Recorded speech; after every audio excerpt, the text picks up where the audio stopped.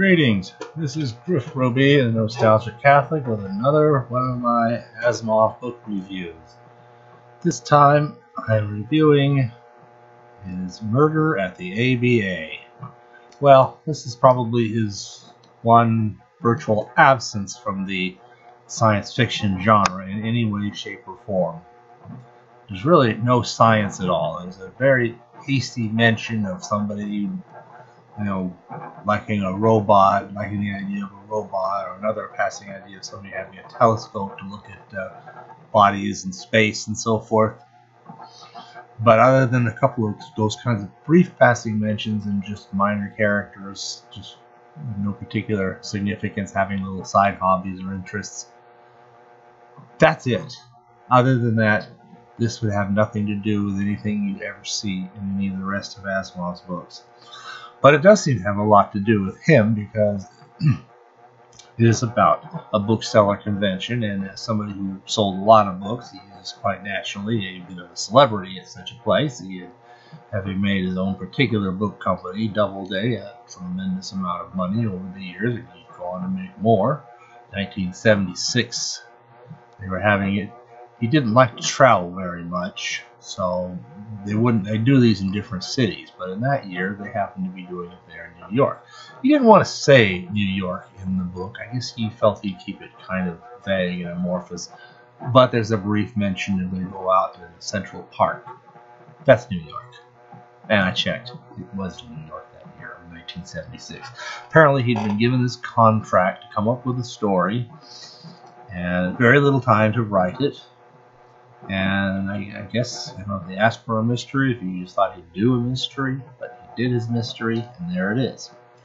So what happens? Well, in a convention of the American Booksellers Association, everything's done. Everything's over with in about 4 days. Probably less, because the first day is mostly just people arriving, checking in, thinking you get a little brief look at some of the exhibits before we all go to bed. And then the next 3 days that's Friday, and then Saturday and Sunday, of course, all day, the various things going on, and the events, and all of that. And then even some stuff can spill into Monday, especially it does for the characters in the story. So it's told in a somewhat different format than some of the others. It's always a matter of every little section is based on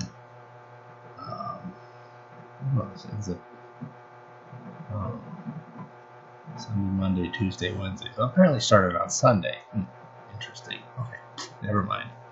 Anyway, so it was just 4 days, and that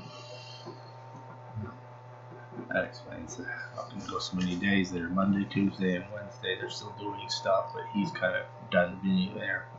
So it's the other way around. It's still going on, and he's leaving. Anyway, one thing that he did in this book that I think is very, very helpful for those who want to try to figure out whodunit and so forth. It's a pure classic whodunit. He's introducing, first of all, these are the actual days of the event. And apparently these are the actual days that he was at that bookseller convention. The next thing he has over here is a list of all the different people that appear in the story in the order that they appear. So that's kind of neat. At some point, there's even some guy named Isaac Asimov there.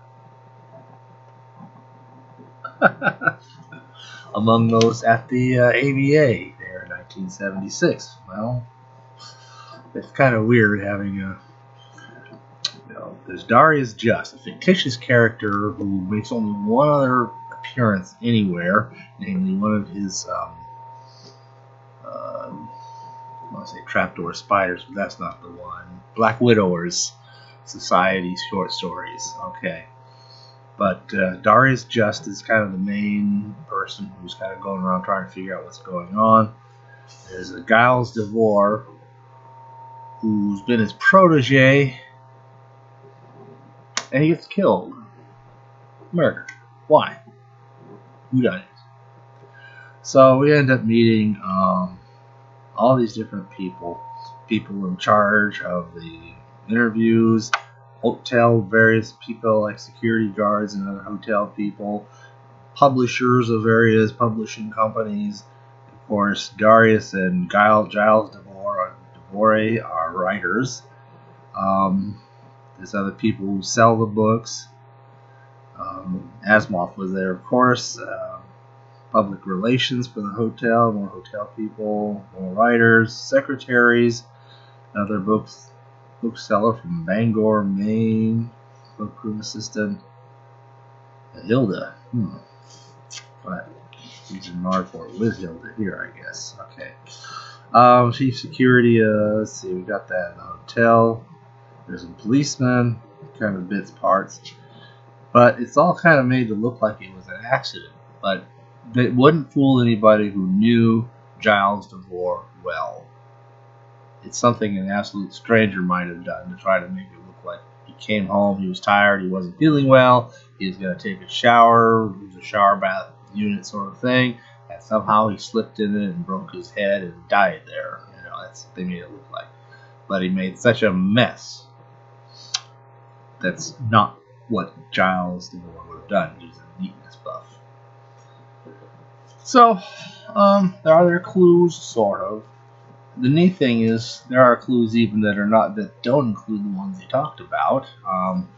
There's a clue about somebody really wanting to, I think, get their pen back, or anyway, something about somebody loans a pen to somebody and then it's the wrong pen, and that becomes a big deal. And that's the main real clue. But there are other clues that he doesn't even talk about, that at least for me kind of gave a pretty strong finger who to point to as probably the one who did it. Or at least I could narrow it down to two people, one or the other. And it was, in fact, one of them, so that's not bad. So, and even there, I think I had a suspicion in the right direction between the two, but a very mild one that, it's either A or B, and I'm thinking it could be either one. It really could, but I'm maybe going to favor A because of this. But it's a very mild, and it was A. So, there are real clues here. So he kind of hobnobs around with all these various people and so forth. This also kind of does something else that I don't really care for. Well, let me back up a little bit. In 1954, 4, I think he actually came up with and wrote the story and tried to sell it. In 55, it actually came out. She wrote a story called The Portable Star, which he does not allow to have reprinted anywhere, and except that the publishers of Thrilling Wonder Story have republished it on at least one, maybe two occasions since. But and without authorization, without permission. But since they have it, they can do that, and have sometimes. So, but other than that, he doesn't even allow it to be included. He doesn't care about the story. And why? I mean, the actual point of the story that was most interesting was how they escape a planet where fire doesn't exist because the atmosphere is totally different from ours. But they figure out a way to make something that's like a fire in a totally different atmosphere. I guess suppose it was hydrogen and there's no oxygen, and you just put a little stream of oxygen, and and that so fascinates these alien beings who otherwise can control people's minds. And, so far so good. This could be a reasonably straightforward Isaac Asimov puzzle block story. Except for the one rather curious feature. And he put this in deliberately because it had suddenly become a new vogue in science fiction for some people. That he wanted to have it that these people, these alien beings, would mess with people by experimenting with their romantic lives. I'm putting it gently. And in a very seamy way, and this was terrible. This is terrible. I hate this story. I should never have written this. It was funny at the time he wrote it. He just, why can't I sell this thing? Why can't I sell this thing? So, well, that should have been it. That had been one stepping into that sort of thing. He did have another short story that, actually, all said and told, I thought it handled the whole sort of thing a whole lot better in 1961. that was kind of satirizing all these old sci-fi stories that were something that, I don't know, maybe make more sense to apply to these kind of covers of some magazines, or at least stereotypical ones. There aren't too many really like that, but yeah, there could be some. So he kind of decided to do a little take on that, but he made it kind of fun and interesting and realistic. And it's not, it's not seamy or smarmy as much as it's just human. I mean, humorous, yeah. So he can cover these kinds of things in a manner that can be tasteful and interesting. Like all said and told, there's a little, like in the gods themselves, there's a little bit in it that's a bit much, but on the whole, it was interesting just by involving these alien beings that are very different. Here, some of the same stuff gets brought in. Turns out the guy who gets killed, he himself has these highly specialized tastes. Let's just say he wants to be treated like a little baby, and then he's ready to get it on with somebody. I'm like, do we need to know that? Does that have anything to do with the story? No. He's just throwing it in there to be samey and smarmy, just like he did in The Portable Star, and with about as much grace, I might add. But fortunately, that doesn't dominate. Most of it is you just chasing down these various people, and he knows that his protege has been murdered, and he's not going to let anybody treat it as just some kind of an accident that could very easily have happened if he didn't have a conscience about it. So he goes about investigating these things, and at great length. There's a nice little trick to trap the murderer at the end. Let's just say he figured out the bit with the pens. That's a little bit of an odd motive anyway. I mean, if you have I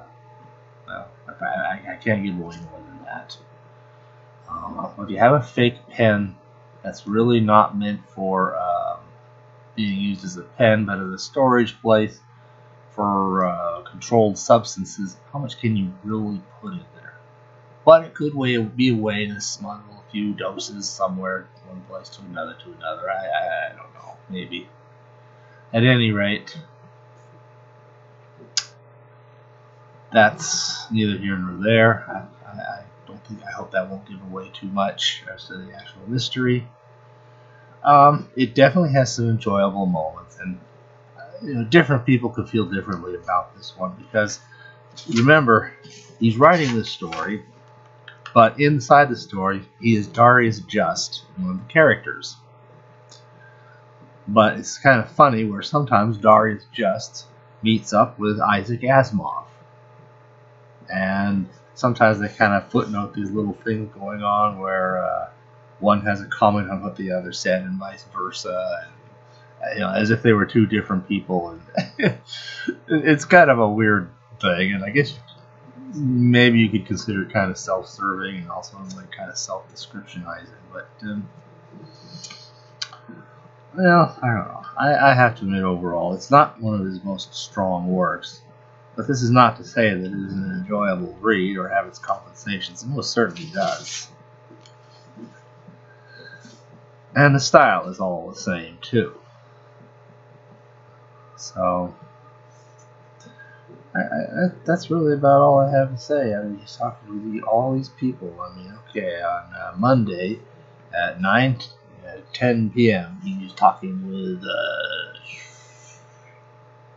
Shirley Jennifer, and then here we go. These footnotes here. Okay, let's just take a look here. As I recall, I merely thought of science fiction stories generally at this time. You can depend on Asimov to put himself in here as though he were the only writer of science fiction stories the world has ever seen. Darius Just, and then Asimov comments, "One of my better stories. It's such a beautiful day, which you find in my book Nightfall and Other Stories, by the way, just in case you don't know where they might be. Has a plot involving mass transference, as Darius, after some tedious cross-examination, admitted he had read that story I maintain that my interpretation here is as close to the truth as need be. You know, it's kind of fun stuff. Then let's see here. Next day, first thing, himself, Darius Just. 6 a.m. Then he meets with Sarah Boscovich, and so on and so forth, all the way on through. Every one of these sections is named after who he's talking to. And there's a lot of characters, and that list of all the characters that there are in the order that get introduced is a very good thing, because I'm always going back and checking, wait a minute, who is this person? When did I see them first? It's great to have that to keep track of, because it's a very large cast of characters. So he's careful to list all of them, so that way the murderer, when that one comes along, will be among them, not, and not like some, what do you call that one? Story, was it this person? Was it that? Or was it someone else? So, oh yeah, the Ellery Creed show, was it this person? Was it the greedy financier, the lazy son, the injured wife, the jealous mistress? Or was it someone else? It's not someone else. I actually think there was a couple, at least 1 or 2 episodes where it is someone else. But this one, no, it's not someone else. It's actually our list of characters. But that way, that's the only thing I'm going to say as far as to give it away. Like I said, it's a fun book. I don't regret having getting to know it. And that's all I got to say about that.